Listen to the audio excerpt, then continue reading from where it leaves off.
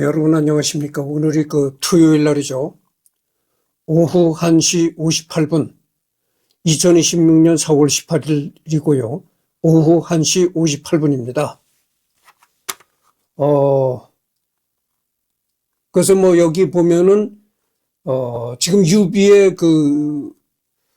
인생, 유비가 어떻게 살았는가 이거를 얘기를 하는데, 여기 보면은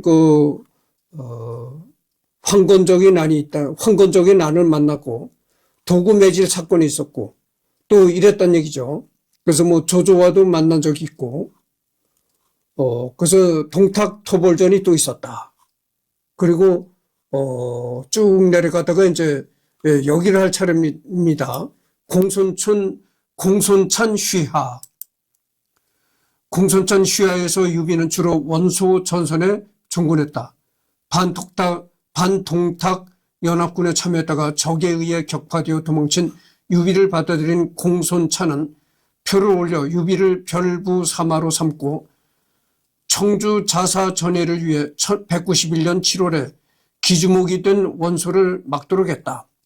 전해가 청주 자사가 된 것은 191년 11월이므로 유비가 별부사마로서 전해와 붙어 다니게 된 것은 이때 이후로 보인다.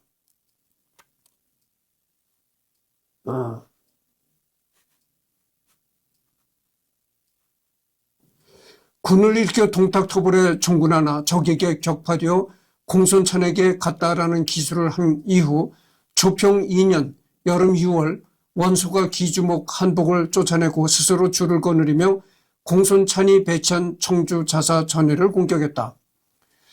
겨울 10월 공손찬이 표를 올려 소열제를 별부사마로 삼아 전해를 위해 원소를 막게 했다는 기록을 적고 있는데 공손찬이 자사를 배치한 것은 후한서 효헌제기와 후한서 공손찬전에 따르면 191년 11월에 30만 황건적을 격파한 이후이므로 조평 2년의 기록은 유비가 별부사마가 되어 전해를 위해 원소를 막겠다라는 기본틀만 빼면 신빙성이 떨어진다. 다만 이 기록 전반은 그냥 넘어가기 쉬운 선주전의 군을 일으켜 동탁토벌에 종군했다. 적에게 격파되자 중랑장 공손찬에게로 달아났다. 공손찬은 표를 올려 별부사마로 삼고 청주자사 전해를 위해 기주목 원소를 막도록 했다라고는 서로 이어지는 기록을 확실히 둘러 나누어 각각 초평 원년, 이때가 190년, 초평 2년, 191년의 사건임을 확실히 기술함으로써 실제로는 두 사건 사이에 시간차가 꽤 있음을 분명히 보여준다.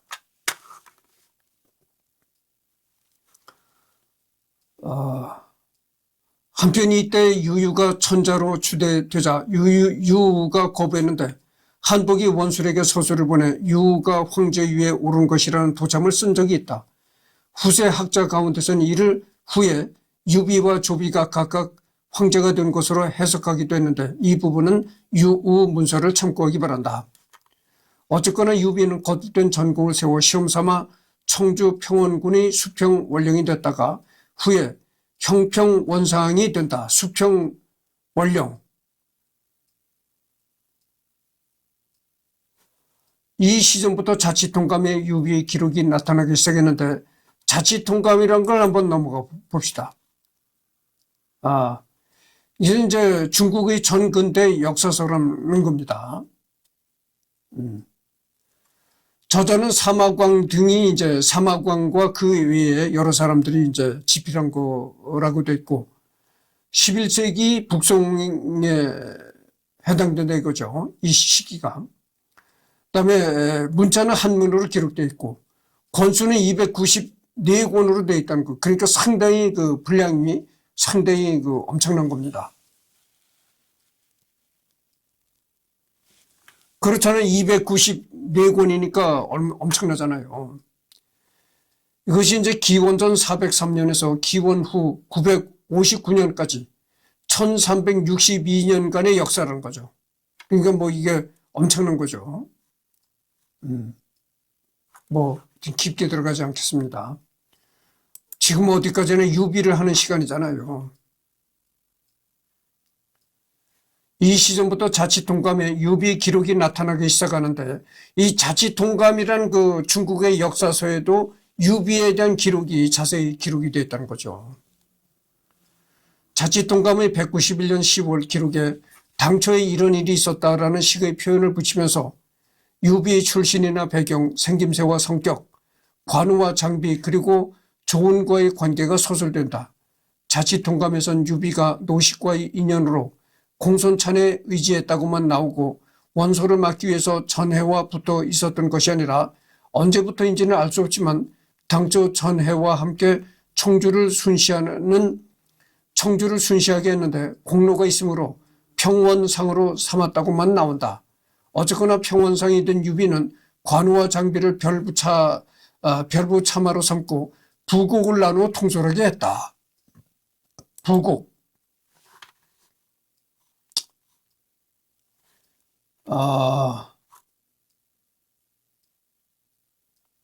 하여튼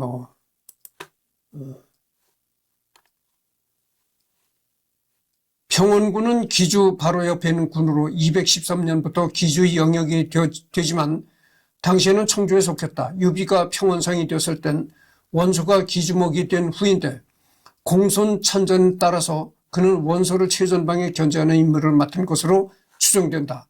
이때 공손찬 밑에 있던 조운과 처음 만나 조운이 유비를 수정했는데 당시엔 그냥 면식 관계였다가 점차 서로 간 정이 더해져 조운이 형의 상을 당해 물러났을 때는 서로 손을 맞잡고 후위를 기약하기도 했다. 조운전, 조운별전에 이렇게 나온다는 얘기죠.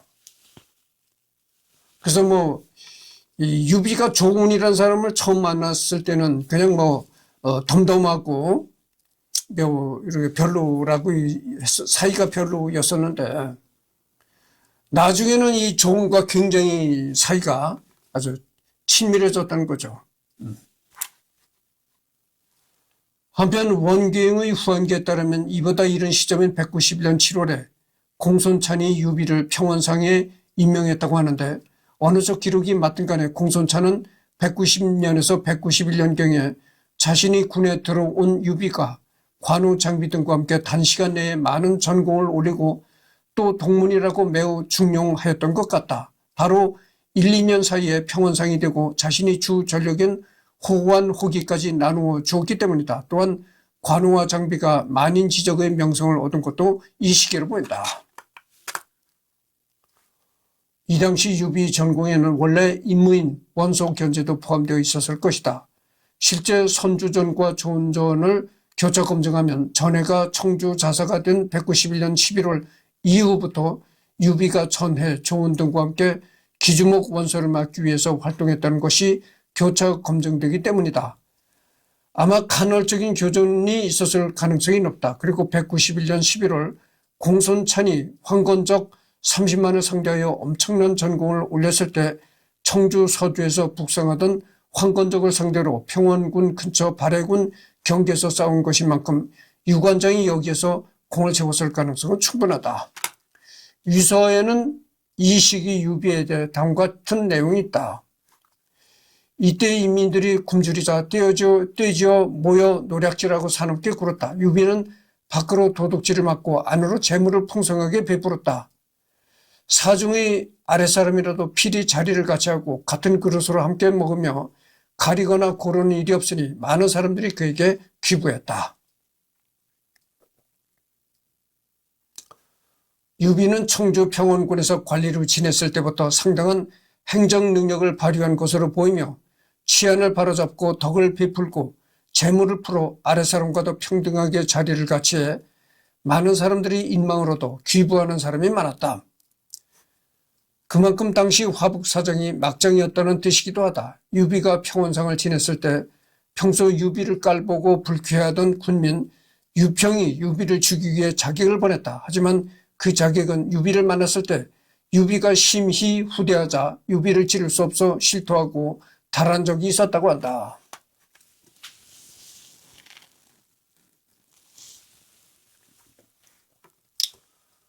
청주 북해국의 북해상 공룡은 황건적의 침입을 받자 유비에게 도움을 요청했다. 유비는 당대의 명사였던 공룡이 자신에게 도움을 요청하자 그만한 인물이 자신을 알아줬다고 기뻐하고 삼천병력을 태사자에게 보내서 도와줬다. 그 뒤 원술과 원소 사이에 분쟁이 일어나 이때가 이제 192년이라는 거죠.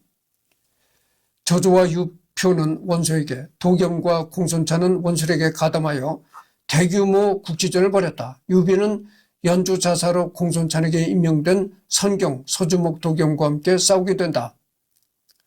유비는 자신이 임지인 청주 평원군 고당현에 주둔하면서 원소 조조와 싸워 패배한다. 이때가 이제 192년 겨울무제기. 이는 공손찬이 192년 12월 용주에서 원소와 격돌하여 또다시 크게 패한 전투와 연속적으로 벌어진 전투로 보인다. 후한서 공손찬 열전에 따르면 공손찬은 개교 전투 이후 자신을 추격한 최고의 병력을 무찌르고 남진 각 군현을 공략하면서 평원까지 이르렀다. 이후 청주자사 전해를 파견하여 제 땅을 점거하였다. 원소가 공손찬을 공격하니 유비와 전해는 동으로 가 제에 주둔했다. 이에 원소는 다시금 수만 명을 보내 전해를 공격했다. 이렇게 나옵니다. 최고업. 잠깐 이 최고업이 어떤 사람인가 봅시다. 후한말의 인물로 원소의 부하다. 공손월이 손견과 함께 주왕을 공격하다가 사망한 일로 인해 공손찬이 공손월에 대한 복수를 다짐했는데 이때 원소는 공손찬에 비해 세력이 미약해서 공손범에게 발해 태수의 인수를 보내면서 그에게 화친을 제의했지만 공손범이 바로 배반해서 공손찬과 세력을 함께 계기로 향한다.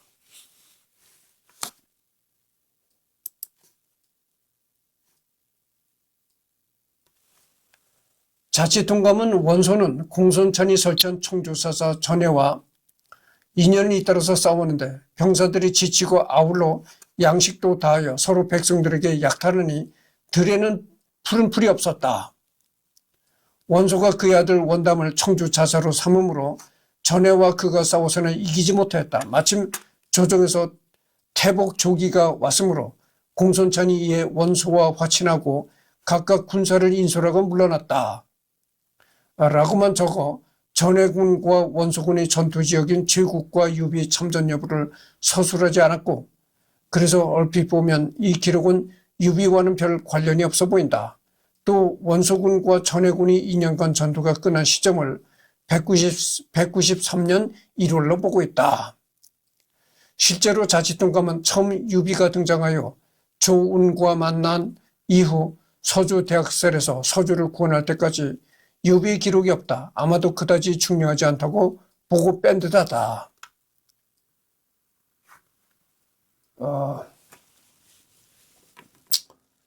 그렇지만 이때 이미 유비가 여러 사서에 이름을 남기고 있으므로 대략적으로 후한서, 정사 삼국지 내용과 함께 종합하자면 개교 전투가 끝난 이후인 192년의 어느 시점에 전해와 유비가 제국으로 가서 원소군과 싸우다가 유비만 192년 겨울에 고당현으로 이동하여 원소 조조 연합군과 전투를 벌이고 그동안 제국에선 전해, 원소 양측 병사가 싸움의 끝에 피폐해지고 식량도 다해서 백성들을 약탈하는 가운데 원소가 새로 청주 자사로 삼은 원담과 전해의 전투가 있었으며 193년 1월의 휴전협정으로 모든 전투가 종료된 것으로 볼 수 있을 것이다.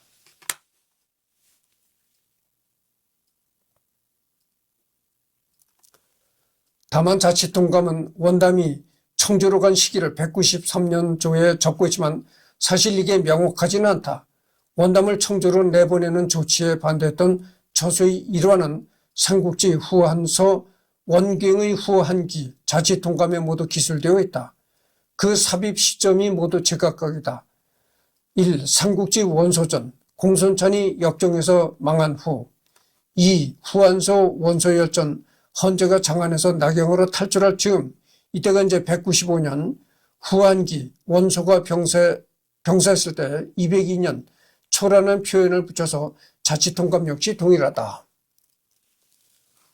이는 진수나 범엽이나 원경이나 사마공이나 원소가 원성을 총회하여 원담을 청조로 내보내는 조치에 대해 저수의 전망을 매우 중요하게 생각했으면서도 그 시기는 정확히 몰라 적당한 부분에 서술해 두었다는 것이다. 즉 원담의 파견에 대해서는 다들 정확한 시점을 몰랐다는 뜻으로 원소가 병사했을 때 202년 원담의 파견에 대하여 초라는 표현을 붙인 자치통감 역시 이 시기를 제대로 판단하지 못한 것으로 보인다. 일단 전해가 제국으로 가고 원소군과 2년간 싸운 것이 개교 전투 후인 192년 이후라는 것은 확실하다.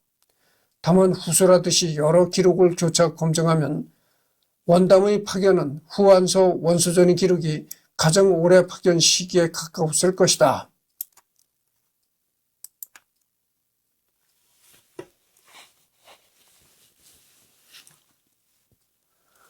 자치통감의 기록인 원전이 후한서 공손천 열전을 살펴보면 이후 청주 자사 전계를 파견하여 제 땅을 점거시켰다.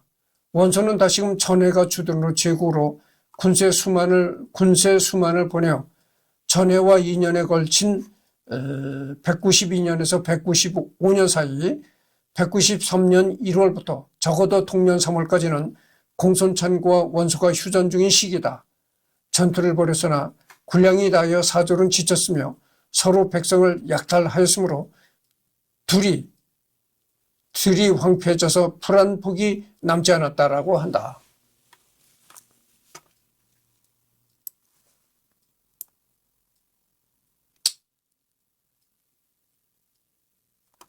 (2년을 걸린 이제 전투를 했는데) 나중에는 이 병사들도 물론 지쳤을 뿐더러 병사들이 백성을 약탈하고 그뿐만이 아니고요, 산 이런 데가 전부 황폐했다. 뭐 풀뿌리, 나무 풀뿌리 이런 걸 전부 캐서 그거를 먹으니까 전부 산천이 전부 황폐해졌다 이런 얘기죠. 후한서 공손천 열전에는 원소는 이후 자식 원담을 청주 자서로 삼아 파견하였으나 전해는 그와 싸워 패하여 귀환하였다 라고 하여 전해가 193년 원담과 싸워 패하여 귀환했다고 썼지만 자치통감은 단지 이기지 못했다고 썼다. 어쨌거나 유비와 전해가 193년 이후에도 청주에 머물면서 도겸을 구원하러 갔으므로 후한서 공손천전이 전에 귀환 시기 서술은 오류가 많다. 다만 이 부분은 싸워 패하여 귀환하였다의 후를 문장 앞에 붙여서 이후에 싸워 패하여 귀환하였다라고 하면 깔끔하게 해결된다. 어쨌거나 실제 전해가 귀환 시점을 따져보면 흥평 만렵에 유비 추천으로 공융이 청주 자서로 천거되었고 조기가 흥평 만렵에 손승을 추천했다는 기록에서 찾을 수 있을 듯하다. 공교롭게도 공융과 손승이 천거된 시기가 같은 것으로 보아 전에는 후한서 기록대로 흥평 말에 청주로 파견된 원담에 의해 축출되어 귀환했다고 보는 게 좋을 듯하다. 이렇게 볼 경우 194년 여름에 있었던 조조의 2차 서주 침공 때 전해가 도겸과 유비를 구원하지 못한 것이 설명되는데 194년 여름부터 195년까지 2년간 원소군과의 전투를 벌이다가 원담의 참전으로 축출되어 서주 구원전에 참여할 여건이 되지 않는다고 보면 딱 맞아떨어진다. 잠깐만요.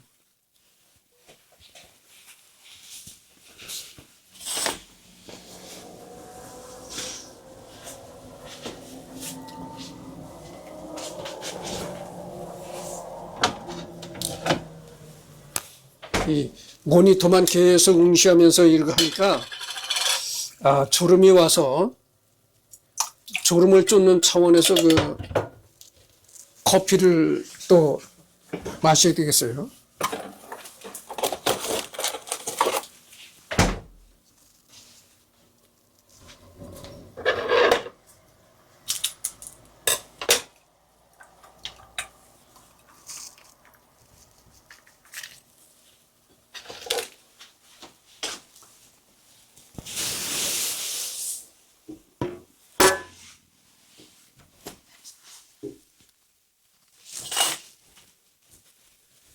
내가 이걸 하면서 여러분들한테 그 커피가 좋다는 얘기를 많이 했잖아요. 건강에.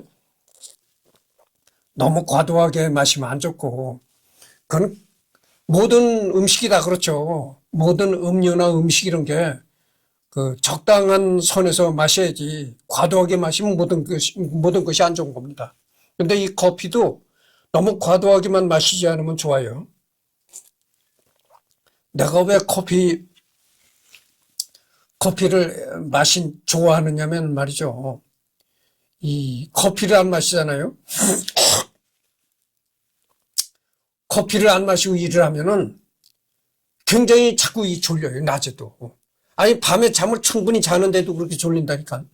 그리고 졸리니까 어떻게 되겠어요? 머리가 개운해지지 않는다니까. 이 정신이 개운해지지 않아. 그런데 이 커피를 마시면 그렇지 않다는 얘기죠. 그러니까 커피를 마시면 그 낮에 졸음 오는 거 이걸 졸음을 쫓을 수가 있고 머리가 맑아진다 이거죠. 그러니까 일에 집중할 수 있다 이런 얘기입니다. 그래서 커피를 마시는데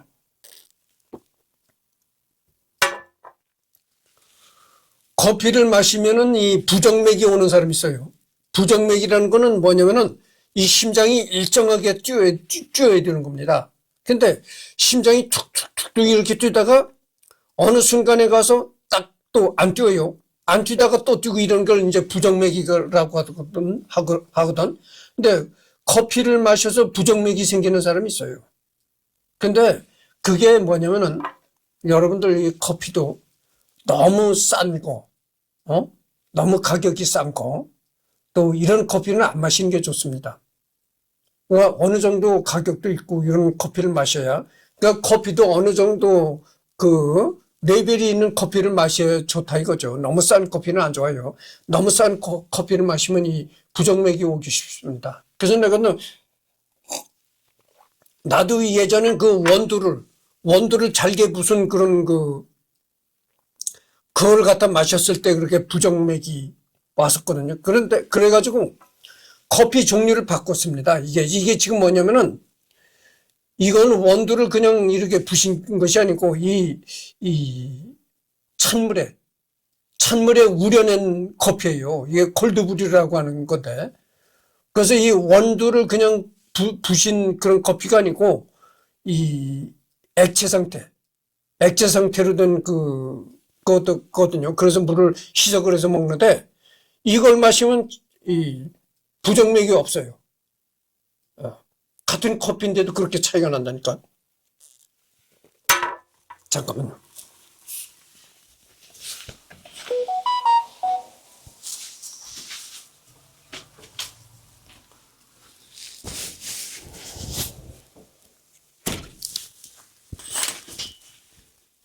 이렇게 이제 여기 이렇게 스틱으로 돼 있다고.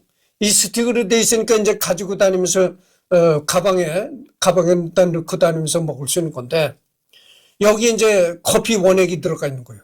그래서 이걸 잘라내고서는 이제 이렇게 물이 있는 컵에다 이렇게 부어가지고 희석을 시켜서 먹는다 이런 얘기죠.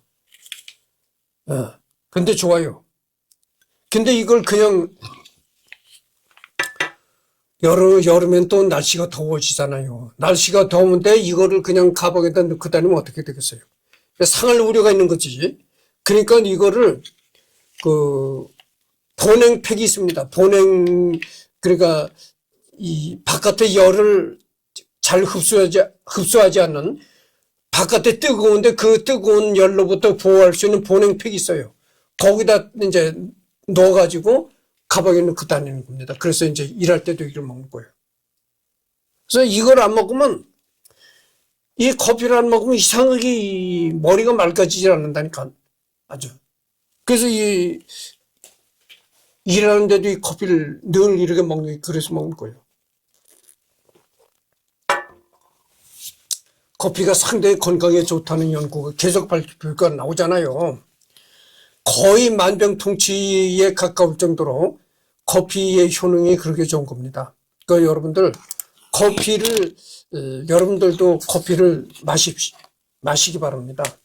마시는데 너무 과하게 마시지 말고 또 커피를 마셔서 부정맥이 온다. 뭐 어떤 뭐 그게 생긴다. 이럴 경우에는 커피 종류를 바꿔라. 이런 얘기입니다. 커피 종류를 바꿔봐라. 이런 얘기예요.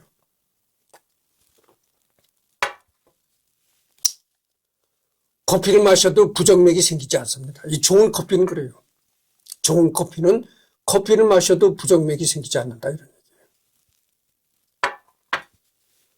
얘기예요. 그래서 내가 이거를 모니터를 계속 보면서 읽어나가다 보니까 졸음이 와서 또 이제 커피를 먹는 거예요. 졸음이 오고 머리가 이제 몽롱해져서 이 커피를 마신 겁니다. 어쨌거나 후한서 조기 열전에 따르면 이 당시 원소 조조는 공손찬과 기조를 다투고 있었다. 원소 및 조조는 조기가 온다는 소식을 듣자 함께 군사를 인솔해서 수백리 앞에서 복령했다.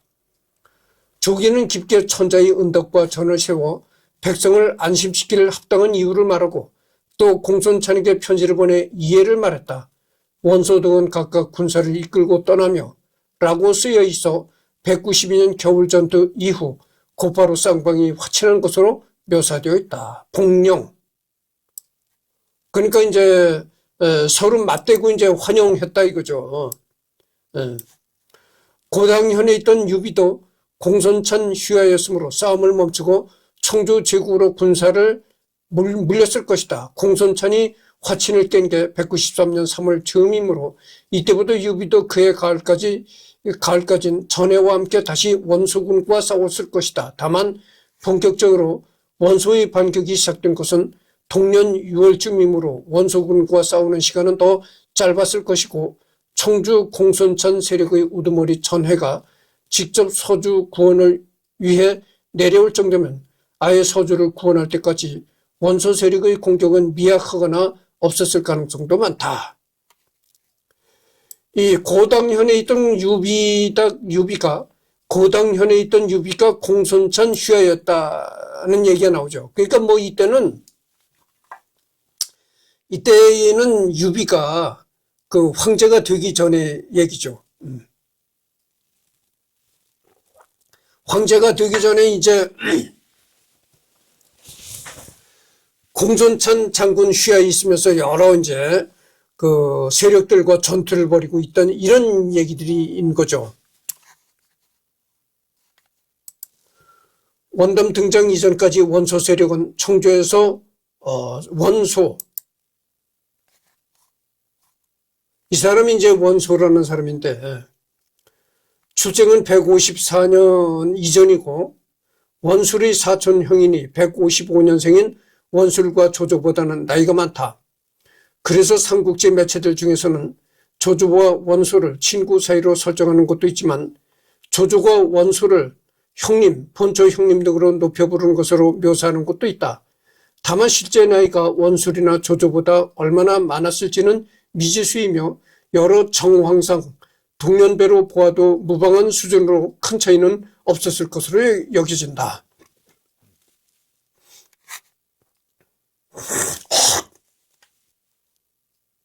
뭐 이런 얘기죠. 이 사람도 이제 깊이 들어가지는 않겠습니다.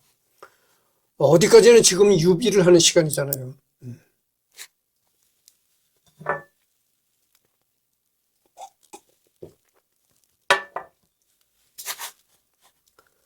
원담 등장 이전까지 원소 세력은 청주에선 평원군 일부에서만 세력이 미치기도 했고 191년경 청주 자사 초하의 사망 후 그 후임으로 공손찬은 전해를, 원소는 장홍을 각각 추천하고 각축을 벌인다.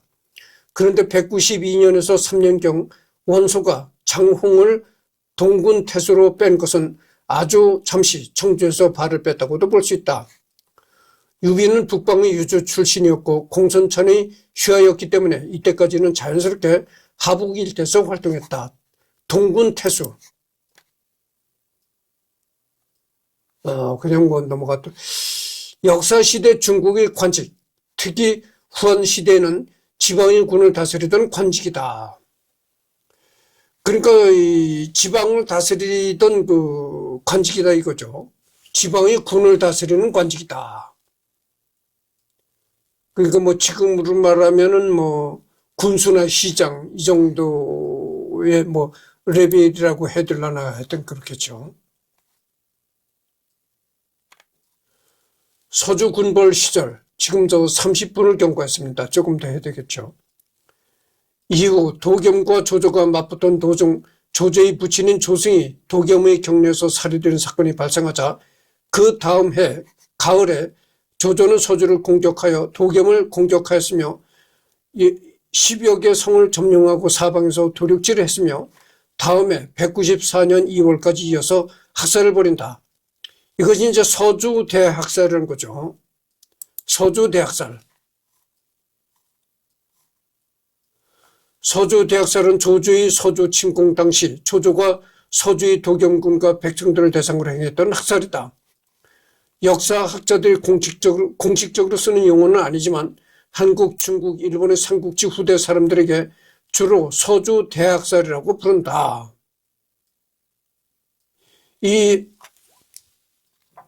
그러니까 서주 대학살이라는 것은 조조. 이 조조도 그 삼국지에 나오는 유명 인물이잖아요. 이 조조가 서주를 침략해서 들어갈 때, 그때 이제 서주의 도겸군과 백성들을 이제 학살했다는 거죠. 이 전쟁이 벌어지면 말이죠. 학살이 일반화가 되는 겁니다. 학살이 일상화가 되는 거예요. 전쟁이나 전투를 하게 되면은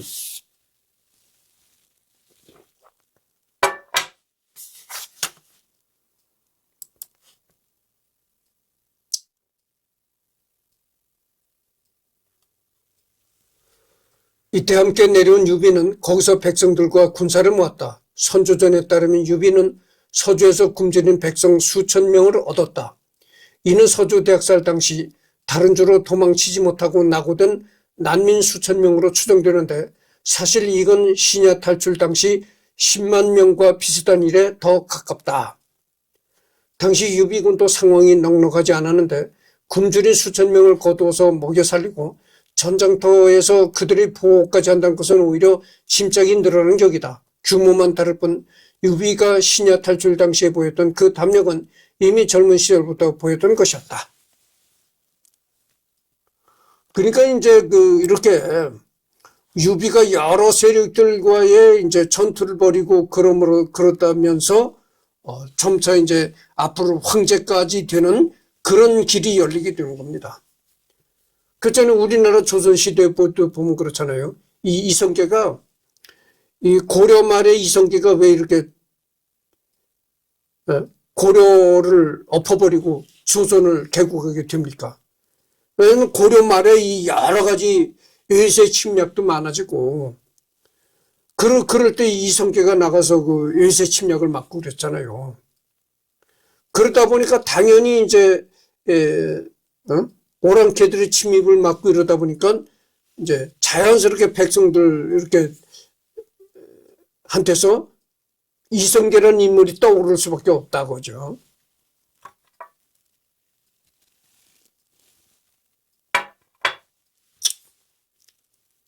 그리고 그렇게 이성계가 한층 이제 이름이 오르고 떠오를 때,